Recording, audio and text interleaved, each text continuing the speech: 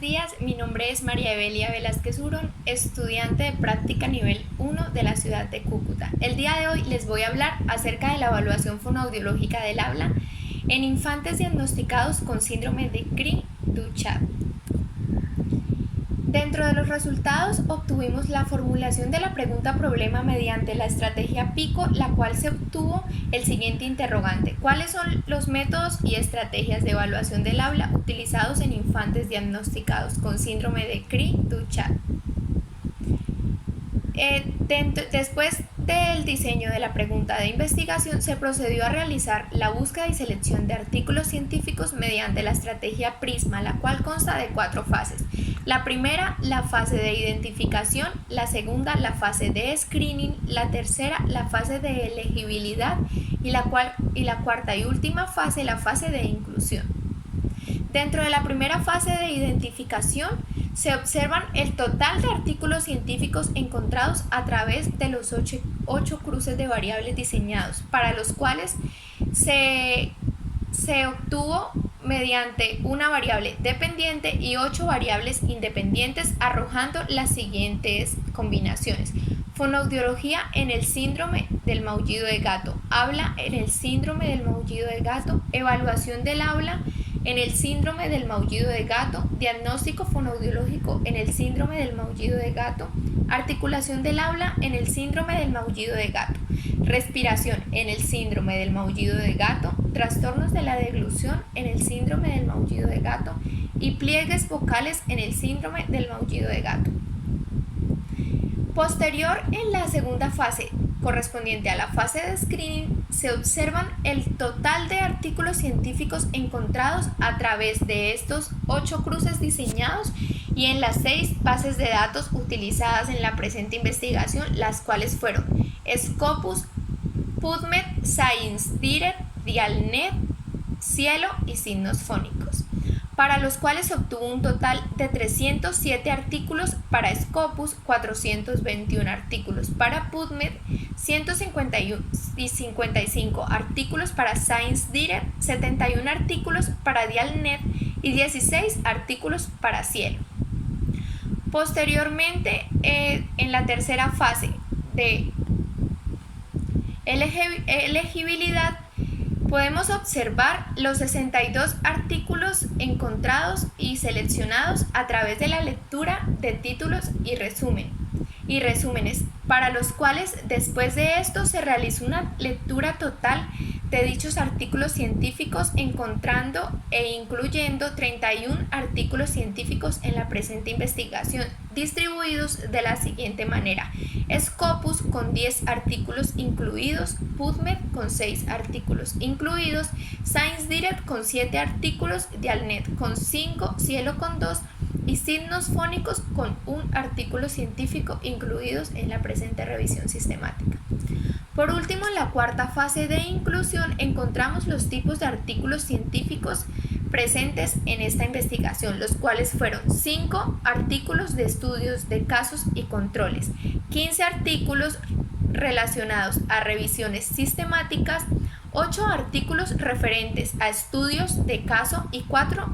estudios clínicos aleatorizados. Posteriormente, en esta fase también se identificaron cada uno de los protocolos y estrategias de evaluación del habla utilizados en niños con síndrome de Cri-du-Chat, los cuales se observan a continuación. Como primera estrategia se encuentra la evaluación cognitiva y del habla mediante la prueba de vocabulario de imágenes de Peabody revisada, correspondiente a un estudio de caso aplicado a una niña de 11 años en Francia en el año de 2012. Como segunda estrategia encontramos la evaluación de la fonética articulatoria en los niños con síndrome de Cri-du-Chat, correspondiente a un estudio de caso aplicado igualmente a una niña de 9 años en el país de Noruega en el año 2010. Como tercera estrategia o protocolo encontramos la evaluación de las características orofaciales y la patología oral asociada con el síndrome de Cri-du-Chat, el cual corresponde a un estudio de caso y control aplicado a 33 niños menores de 11 años cada uno de ellos en España en el año 2012. Posteriormente encontramos la evaluación endoscópica de la laringe aplicado a una niña de 7 años como un caso de estudio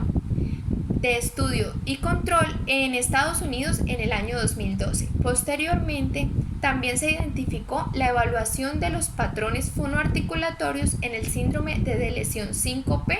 correspondiente a un estudio de caso y control aplicado a 8 niños entre los 4 y 12 años de edad en Noruega en el año 2017. Continuando, se identificó a su vez la evaluación de la inteligibilidad del habla en niños con síndrome de Cri-du-Chat asociado a un estudio de caso y control aplicado a 3 niños en la edad de 4 años en el país de Noruega durante el año del 2014. Y por último, se identificó la evaluación acústica del habla en el síndrome del Cri-du-Chat, el cual corresponde a un estudio de caso aplicado a una niña de 10 años en Brasil en el año 2008. Como análisis y discusión encontramos que la evaluación fonoaudiológica del habla tiene como objetivo dos principalmente, el cual es observar y evaluar los procesos motores básicos del habla y las estructuras involucradas en él, y a nivel de discapacidad, la inteligibilidad, la velocidad y la naturalidad del habla.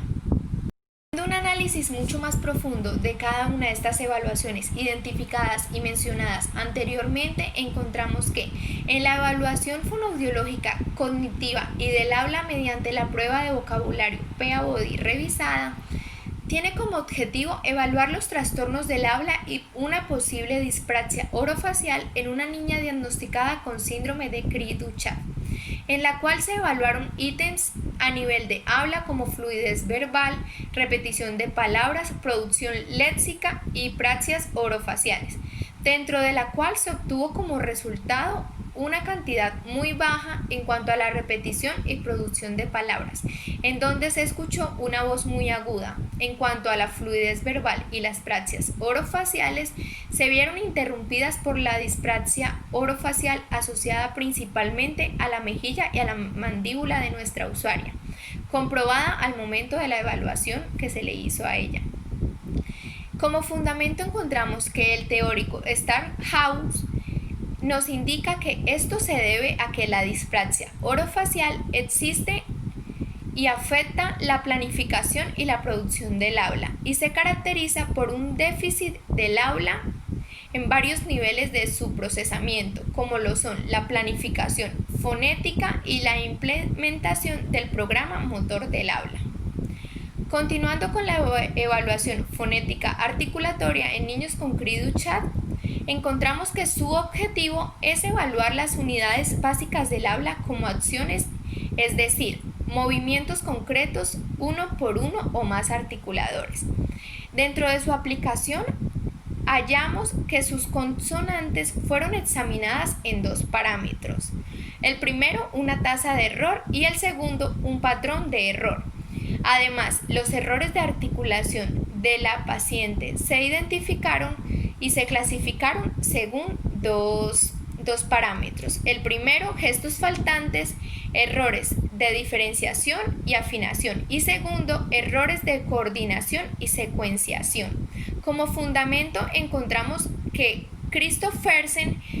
en distintas investigaciones ha establecido que el habla de las personas con este síndrome se caracterizaba por frecuentes omisiones y sustituciones y pequeños inventarios de consonantes en comparación con los niños con un desarrollo normal, es decir, con niños normotípicos. Como tercera evaluación de las características orofaciales y la patología oral asociada al síndrome de Cri-du-Chat, encontramos como objetivo que tiene principalmente evaluar las dificultades que experimentan los individuos con síndrome de Cri-du-Chat mediante el análisis de las características orofaciales más comunes de estos usuarios. Dentro de su aplicación se examinaron y palparon las estructuras intraorales y los dientes, defectos dentales y maloclusiones. Dentro de los resultados de la prueba se permitió mostrar e identificar la patología bucodental de la mayoría de los pacientes y la alta prevalencia de microrretrognatismo mandibular. También se evidenció en la gran mayoría de estos usuarios un paladar alto pero en menor proporción. Carlslev indica que la evaluación fonoaudiológica de las estructuras orofaciales intraorales es de vital importancia, puesto que contribuyen al diseño de un plan de intervención oportuno que permita obtener resultados fructíferos en la actividad de distintas funciones del habla, como lo son la actividad de los labios, la posición adecuada de la lengua con los dientes, las estructuras funcionales, las expresiones faciales y que éstas en conjunto incrementen la estimulación de la producción del habla. Dentro de la evaluación endoscópica de la laringe encontramos que tiene como objetivo evaluar el estado de la laringe con el objetivo de identificar malformaciones causantes del grito característico de un gato. Esta prueba se realizó en una niña de 7 años en donde se logró observar que la laringe estaba inclinada de manera anormal con la cara posterior más cefálica que la anterior y sus cuerdas vocales se encontraban móvilmente bilateralmente móviles. Los pliegues vocales falsos y verdaderos eran atróficos, razón por la cual su voz era de un tono muy agudo, permitiendo concluir que el grito característico de los niños diagnosticados con síndrome de Cri-du-Chat proviene desde el lugar de la laringe, tal cual como lo indican en varias investigaciones los teóricos Hare y Nielburg en 1999. Dentro de la evaluación de los patrones fonoarticulatorios en el síndrome de Cri-du-Chat, encontramos que su objetivo es evaluar por medio de plantillas las habilidades lingüísticas de producción de palabras en niños con síndrome de maullido de gato o Cri-du-Chat,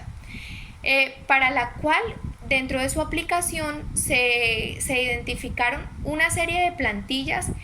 que en el momento de los resultados se observaron dificultades en la pronunciación de las palabras y frases, obteniendo puntajes relativamente bajos a causa de la inteligibilidad del habla con la que fueron producidas. De esta manera, en 2008, Mark Karpfer y Shipley nos dicen que si un niño produce palabras con muchos errores de sonido de habla diferentes, el resultado siempre será una baja inteligibilidad en su habla. Continuando con la evaluación de la inteligibilidad del habla en niños con síndrome de Cri-du-Chat, tenemos que esta tiene como objetivo evaluar la relación entre la producción de consonantes y la inteligibilidad del habla en niños diagnosticados con síndrome de Cri-du-Chat,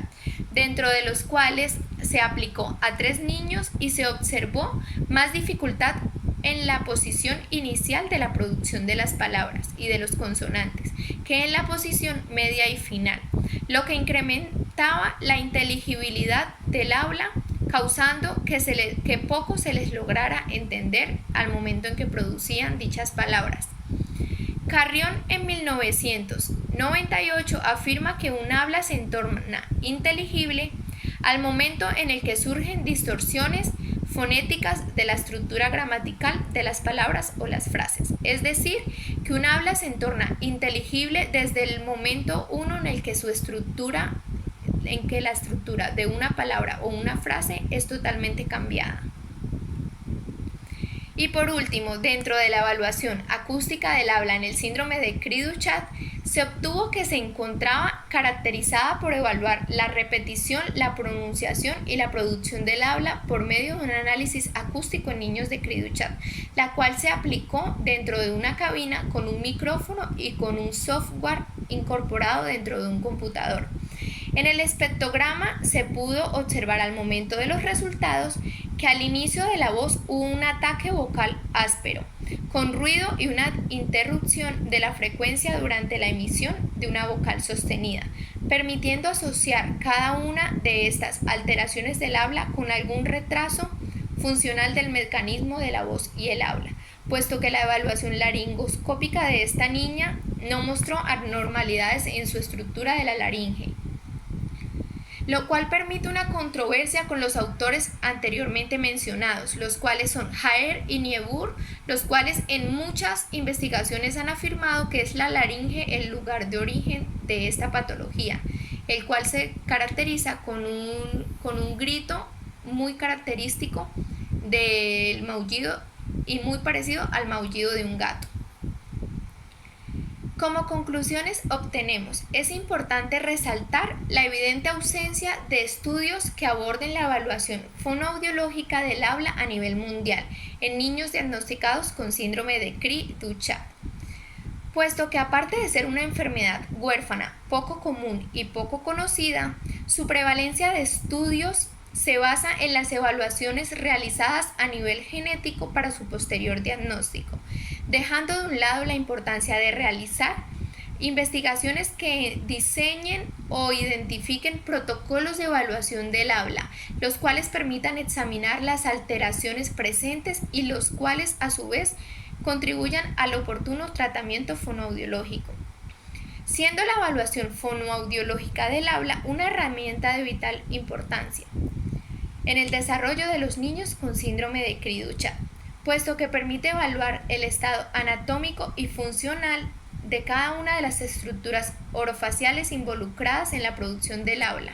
y a su vez el rango de inteligibilidad presente en la articulación y pronunciación de los fonemas. Y por último tenemos como conclusión que asimismo la evaluación fonoaudiológica del habla en niños con Cri-du-Chat permite identificar los procesos distintos necesarios de intervención en el niño, los cuales serán facilitadores de una mejor calidad de vida, como lo son la comunicación oral con las personas de su alrededor, la masticación y posterior deglución y la coordinación fonorrespiratoria, como también la expresión verbal y gestual. A continuación, les mostramos las bibliografías. Muchas gracias.